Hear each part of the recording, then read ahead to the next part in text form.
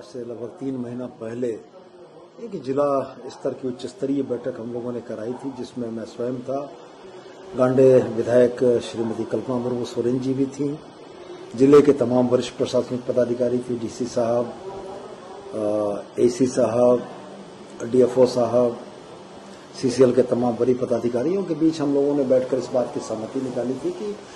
तकनीकी अड़चनों के चलते जो ओपन कास्ट का उत्पादन बाधित है, इसको सीधा किया जाए। ऑनरेबल सुप्रीम कोर्ट की गाइडलाइन थी कि कोई भी वन भूमि, चाहे वो वन भूमि हो चाहे डीम्ड फॉरेस्ट हो, जे हो, अगर 1980 के बिफोर ब्रोकन है तो वैसी स्थिति में उसके ऊपर forest conservation act FCA attacked नहीं होता है। तो सीसीएल के तरफ से 1980 से पूर्व उत्पादन के तमाम प्रामाणिक दस्तावेजी आंकड़े प्रस्तुत किए गए, जिसके आधार पर डीएफओ इस बात के लिए संतुष्ट हुए कि ओपन कास्ट का प्रोडक्शन जो है वो 1980 से पूर्व चालू था, यानी ये जमीन ब्रोकन बिफोर 1980 थी। उसी अहर्ता के तहत यहां से गई हुई रिपोर्ट के आधार पर एनवायरमेंटल क्लियरेंस ओपन कास्ट को हासिल हो गया। अब 2 और प्रमाणन चाहिए, 2 और सर्टिफिकेशन चाहिए, एक CTE कंसेंट टू एस्टेब्लिश और एक CTO कंसेंट टू ऑपरेट। तो ये दोनों हम लोग उम्मीद कर रहे हैं कि फरवरी माह तक लाकर ओपन कास्ट में हम लोग नारियल फोड़ेंगे, जिससे कि उत्पादन शुरू हो और ओपन कास्ट के अगल बगल बसे तमाम ग्रामीणों को रोजी रोजगार के अवसर मिले, साथ में सेंट्रल इंडस्ट्री चले और इसका फायदा गिरिडीह के तमाम लोगों को मिले। आने वाला समय गिरिडीह के लिए कैसा रहेगा, क्योंकि जिस टाइप से अभी एक कबरीबाद माइन चल रहा है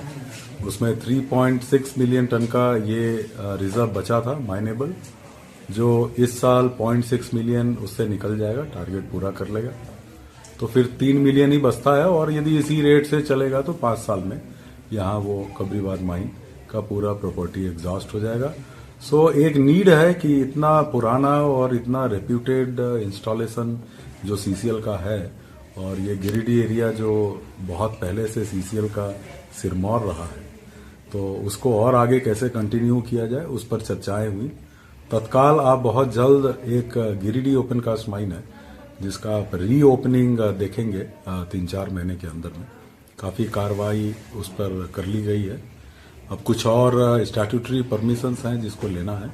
वो भी बहुत जल्दी आ जाएगा। और मैं उम्मीद करता हूं कि जितनी अच्छी टीम यहाँ की है और जिस तरीके से चौधरी साहब ने इस टीम को लीड किया है, डेवलप किया है, ये टीम डेफिनेटली इस साल 0.6 मिलियन से अगले साल 1.3 मिलियन टन के आसपास में ये प्रोडक्शन टारगेट अपना अचीव करेगा। और जितने लोग हैं, जितने ऑफिसर्स हैं मेरे, वो काफी मोटिवेटेड हैं यहाँ के। इन स्पाइट ऑफ इतने डिफिकल्ट सर्कमस्टांसेस में काम करने का, इतने डिफिकल्ट इन्वायरमेंट में काम करने के बावजूद ये area among all the 14 areas हर मायने में बहुत ही अव्वल एरिया रहा है एज पर परफॉर्मेंस। जहां तक डाइवर्सिटी की बात है, तो आप यदि प्लांटेशन के ऊपर में चर्चाएं जो हो रही थी, तो इन्होंने ये बताया कि गिरिडीह में इतनी प्लांटेशन करके रखा है गया है कि आपको वो घूमने में 8 घंटा लगेगा। मैं बहुत खुश हूं और मैं चाहूंगा कि अगले विजिट में जब मैं आऊं तो वो प्लांटेशन साइट भी देखूं, क्योंकि इन्वायरमेंट के ऊपर coal India as a whole and CCL specifically बहुत ज्यादा फोकस है। जहां तक सोलर पावर का एक सवाल है, तो अभी इन्होंने 4 मेगावाट का solar power plant already install करके ऑपरेशनलाइज कर लिया है। अभी चर्चाएं हुई हैं, बिल्कुल जल्दी ही इसका उद्घाटन माननीय मंत्री महोदय द्वारा या दिल्ली से कोई गण्यमान्य यदि यहाँ आते हैं तो मैं कोशिश करूंगा उनके कर कमलों से यहाँ उसका उद्घाटन हो,